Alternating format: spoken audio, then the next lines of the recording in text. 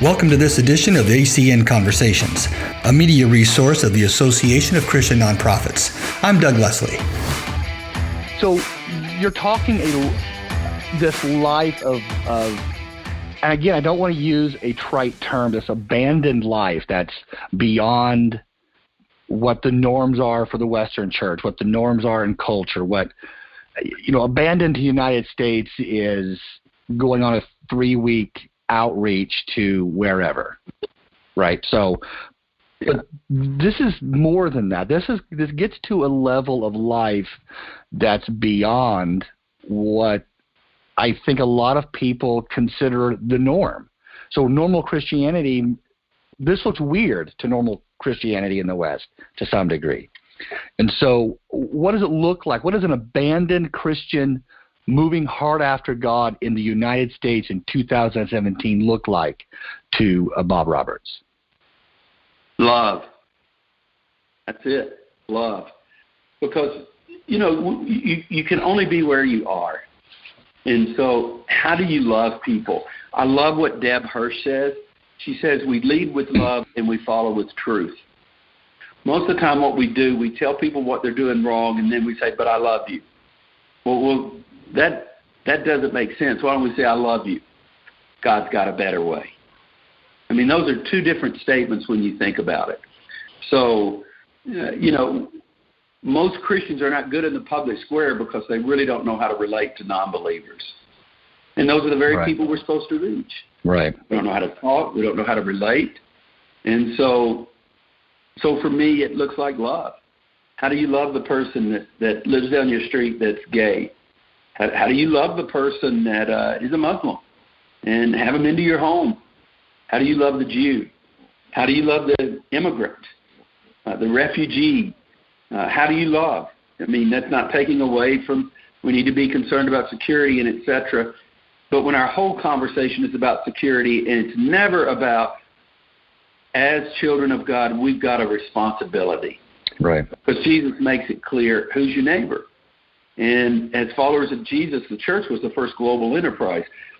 And so I think the first thing, and you're seeing that right now. You're seeing the church struggle with what does love mean. And I think there are those that are saying, well, you can love, but if they're not doing that, it doesn't matter. And others say, well, I'm just throwing it all out. We're going to love everybody, and truth is relative, and that's what it meant back then, and it means something else now. I think both extremes are wrong. Mm-hmm. And I don't think you will ever totally resolve that tension. But I just think you always start with love. I'm an evangelical. Yeah. I believe Jesus is the only way to God. And so, but I'm asked to speak at Jewish gatherings and huge Muslim gatherings and secular gatherings and state things and so forth. But the reason for that is I've become those people's friend. And I think that we have to learn, if we're not in relationships with non-believers as Christian leaders, we can't even teach our people how to effectively share their faith. So for me, it looks like love. And I also think it's not just an emotional love, but it's an active love. What are you doing for those people to be a part of your life? How do we build bridges? While we're talking right now, there's a guy trying to call me, and he's one of the leading imams in America, and we're doing these pastor imam retreats where we literally get evangelical pastors in cities and we connect them with imams. So how do we relate? So how are those going? I've seen you tweet about those. I've seen those pop up here and there. Any pushback on those things, or are people embracing those? I would say both. The older pastors get a little nervous. The younger pastors love it. But the reason he's calling me is they're exploding. And, we're going to probably be doing about a dozen here in the next few months here in the States and several overseas. Because, one of the things about evangelicals, we believe the Bible. We're very serious about our interpretation and so forth. Right. And most Muslim imams are as well. But you don't see people, you're not able to share the gospel, present the gospel, or people understand it if you're not in relationships with people like that. Mm. And so it's weird, Doug, when I think about it, what's happened. The church has become this isolated tribal thing that stands against the broader society, right, but doesn't really bring a lot of value to it.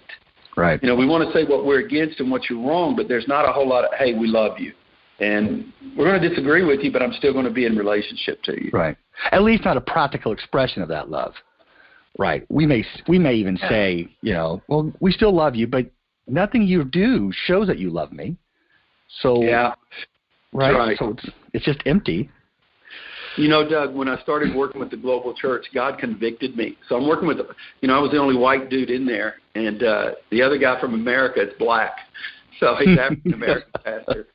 And Keller is 95% Anglo, but just south of us, like half a mile, right, Watauga, North Christian Hills, and those places are racially, they are diversified, and even more so. And God just convicted me and our elders, you know, do we really want to be a white church when there are people of other races that are living around us, even if there's more money and, you know, you grow your church quicker and all this stuff? And we just concluded we want white people to come, but we want African Americans to come and Hispanics. Yeah. And for some people that was really hard. And I remember, you know, it hit me one day. It's as if we say to African Americans, we want you to come to our church, but you got to act white and you've got to worship white. And I think love says, I'm going to get outside of my comfort zone for you. You know, which Rick Warren had a great saying years ago when he started his church. I will be inconvenienced for the sake of the convenience of the lost man or the man without Christ. I can't remember how he said it, but it's the principle. That's a whole nother, I mean, that's probably a whole nother conversation, because that would be really fun to do a deep dive in terms of what does that look like for a suburban white church to be intentional about being multi-ethnic. Yeah, that's another conversation. That's a whole other conversation, because that's a big bucket. So on page 59, you make a pretty strong statement when you say, in our country, we don't start churches, we start worship services. What's the difference to you? True. It's true. A worship service is how you get your core group. You have a launch Sunday. You know, everything centers around to that launch Sunday. Yeah. And I think, you know, I think that's literally what's happening. It's the worship service. The idea is we're going to do a worship service to get lost people to come to. But it's primarily going to be Christians that are going to try to do that new kind of worship service. I'm not saying there's anything wrong with that either. All right. I'm just saying that's not a complete church. And so, you know, I did the same thing. I mean, I read all the books. I listened to everyone. So the idea was I got to get as many people as I can to that first service, because if I don't, and some of them don't join the church and they don't start tithing, I'm not going to be able to feed my family. So, I mean, right. I'm raising my hand. I'm just as sinful as anybody else. But what I realized one day, I was listening to, you know, I speak at a lot of them, the church planning conferences, and I was going and I was hanging out with guys. I just realized the majority of what we do, we model a worship service, smoke and lights, and, you know, how we're going to preach. And we you know, I don't know, but it's just all centered around we got to have the right musicians and we got to have the right feel. Doesn't matter if it's acoustic or big band or whatever. And that's not a church. It's a worship service. That's an event. The worship service was not the end of the church. You know, I mean, I've come full circle on this. I mean, I really believe that. And here's what I see around the world. There are no such things as church services that draw in unchurched to them. The reason churches draw in unchurched to them around the world is because the members of those churches are living their faith aggressively, and they're leading people to the Lord out during the week, and they're bringing them into their cell groups, and then they get them to the church. But everything we do is invite your friends to the church, and from that service they hear the gospel, and then we'll fix them from there. But tell me one mega church that is really super pumped about its discipleship process. I don't know where it is. Right. You sit in a room with those guys, and they're brutally honest. I'll tell you, we struggle at that point. I think we all do. So that's nothing new. But I think the difference in starting a church is we have this thing we teach our young planters, it's called KDSC, Kingdom Disciple Society Church. So what we would say to a church planter, that's your DNA, in that order. So when I was starting our church, I was taught you got to get a preacher, then you got to have a worship service, then you got to get the members to bring their lost friends, maybe somebody gets saved, and then you disciple them, and then if you're lucky, down the line you may impact your community once you've done missions and all this kind of stuff. But that's not what we teach. We teach, first you've got to understand the kingdom, because the church is bigger than you can imagine, and we were called to transform more than just stamping people's tickets to go to heaven. Right. So what is the kingdom? Now we know the kingdom. Now we know how to make a disciple. But now I'm not making a disciple for the church. I'm making a disciple for the world. Now that I know the kingdom, I've got a disciple. Now I'm going to engage them in the grid of the society. So they're doing this around the world now. I was fortunately able to teach some pastors this, and it's going extremely good globally. So when we start a church, what we're going to do is we're going to start with the society, not the worship service. So like you go into a community and you may start with after-school stuff or a health clinic. Well, you combine those two or three things. Well, non-Christian doctors and nurses and teachers, they all want to volunteer. So now your core group is coming from the service that you perform in that community, and then what do? From those people, you tell them, hey, we're going to have a discovery class or, Bible study on who's Jesus, or we're going to do whatever we're going to do. And if you want to meet with us, you can. You don't have to be a Christian. Spend 9 months doing those. Get about 4 of those groups going before you even go public. Then when you go public, you're going public with people that you've engaged. You're going public not just with stated things you want to do, but now with a developed DNA.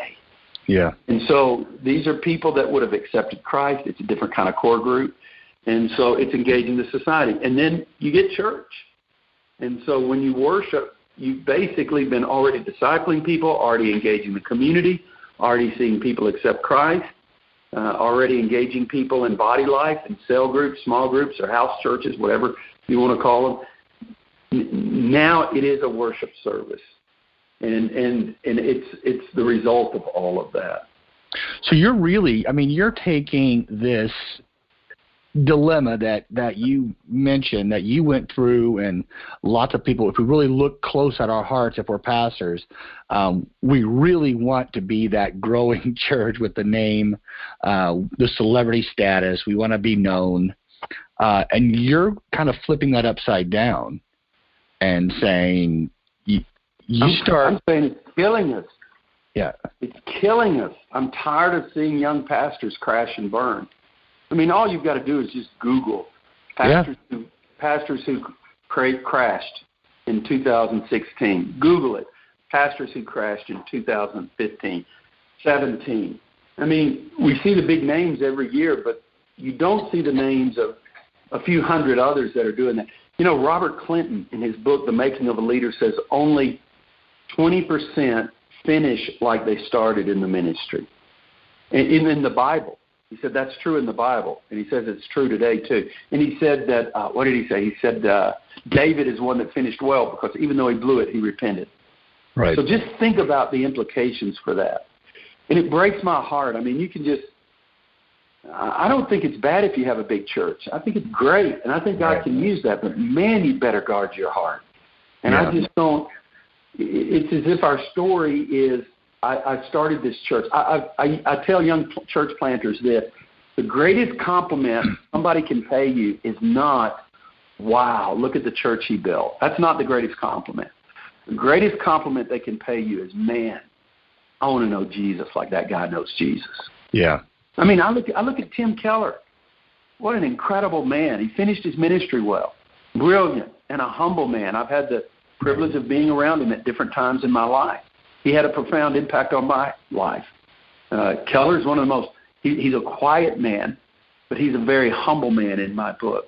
A guy named Adrian Rogers had a huge church. He passed away years ago. I mean, I just go down the list. There's so many. Jack Hayford, one of the most approachable men. These guys were not celebrity pastors. I mean, you could approach them in the elevator. They were in love with Jesus, There's a guy named Jim Hilton in my church, same category. He was known as one of the revivalists in the 80s and 90s. And he has a little Bible study of inner city people he does, on Thursdays at lunch. And that's what these guys, that's what I want to be like. And I don't know. I just look at where we've come, and that's not what we value. That's not what we talk about. And I think a lot of our conferences, we come to them, and everybody wants to be the next rock star. Right. And I just think it's challenging. So there's a sense in which we want to really be careful here, because some young guy that God's blessed, man, keep going. But I think that guy needs to put a lot of older godly men around him or her so that people are speaking into their life and they're keeping it real, so to speak. That's good. That's really good word. One of the shifts that you talk about you've made at Northwood is moving from programs to domains. Give us an understanding about what you mean by ministry domains as opposed to programs, and why that distinction is really important for people going forward. I think it's what gets us out in the community. I think it's what allows people to be disciples.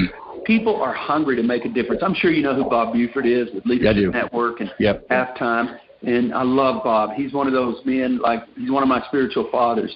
But one of the sad things about Bob will tell you this, they started Halftime because most pastors didn't know how to relate to significant business leaders in their church. Those business leaders would come and they'd say, hey, we really want to do something, and it was, well, give me money for for the building and so forth. But there's so many more things that people want to do. And so for me, the shift came at Vietnam when I began to realize the way you can't go to Vietnam and do religious work. But what you can do in Vietnam, you can go there and you can do health, medicine. I mean, in a month, I'll be there with 12 American scholars. Vietnam will have about 12 scholars. And it's the first ever conference in Hanoi, Vietnam, on faith and its value to society. Oh, my goodness. They invited us to do that conference. This is the group out of the Politburo that gives position papers to the Central Committee and determines policy. Well, why are they doing that? Because for 20 years, Northwood has been going back and forth to Vietnam, engaging all those domains of society, and we brought value to the country. So they've asked me to do this conference because they're discovering as Vietnam grows economically, they need to provide more morals for the country because of greed and corruption and stuff. So they're thinking maybe religion has a voice in this. Maybe Christianity can actually help if it doesn't become politicized and so forth. So I think we don't realize, we see all these people in our church, and we look at them as people who come to hear us preach. We say, if people say, you got to come hear my preacher, he's incredible. Right. But what if they came, you got to go to Northwood because they're going to teach you how to make a difference in the world. They're going to teach you how to get your stuff together where life makes sense, and you're the hero, not the church. Yeah. You're the hero, not the pastor. And so what those domains do, it gives value to each person outside of Sunday. I was at a church this last weekend. I was exhausted. It's a whole church of ex-lifers. And so I literally spoke day and night for 2 days. Oh my about gosh. How to use your job to make a difference for God. And this church is barely 4 years old. They're running almost 1,000 people. The pastor was involved he was a participant in a murder. He was a lifer. He found Jesus in prison. He got out, and he's just hitting it out. Unbelievable. It is. I mean, I'm so proud of this guy. So, we've been doing some work with him and helping him out. He's grown it on his own. Can't take any credit for that. Right. But he realizes very well that what does it mean to engage that society? And see, this is one of the reasons why I think we're losing millennials right and left. They don't want to just come hear us preach. Right. I mean, they get better smoking lights down at the club on Friday and Saturday night than they do at our church. So the question becomes, and we use smoking lights, so don't hear me saying it's bad to use smoking lights. No, I understand. Those are secondary things compared to that. What if we gave them value? What if we could stand up on Sunday morning and say, there are people that God has educated you and gifted you to reach out like nobody else. You're going to be able to do things at your job that nobody else could. Well, our response is, go start a Bible study at your job. I'm talking about a heck of a lot more than that. Right. What if you use that tax ability as an accountant you have to go help inner city people do their tax returns? So it's using that as a certain. Millennials are concerned about justice. I'm excited, frankly, Doug, about this new generation coming up. I love what I'm hearing. There's challenges, yes. Yeah. But they're thinking bigger than just superficial. Which is fantastic, right? So And that kind of plays into they already have this automatic niche to get into their domains, as opposed to bringing someone to a Sunday morning program or a Tuesday night, quote unquote, discipleship class, right? So, yeah, and how they think. Yeah, and see, I don't want to go down this path because this is another conversation too. But I think you're going to see evangelism redefined for the 21st century. Right now, to tell people about Jesus, which is you've got to tell people about Jesus. But in the past, it was a presentation. Right. I think it's going to be more of a conversation now. Yeah. In the past, you had to have an apologist with a different religion or with the hard questions. I think everybody's going to be dealing with hard questions, which is going to force our theology to be more simple and clear, understandable, and communicatable, which is going to freak out some theologians and some pastors and some scholars. They can't write books if it has to be. It can only be simple, right? You can't do it for everyday people. How does it grow? Right. Yeah. No, we're facing that.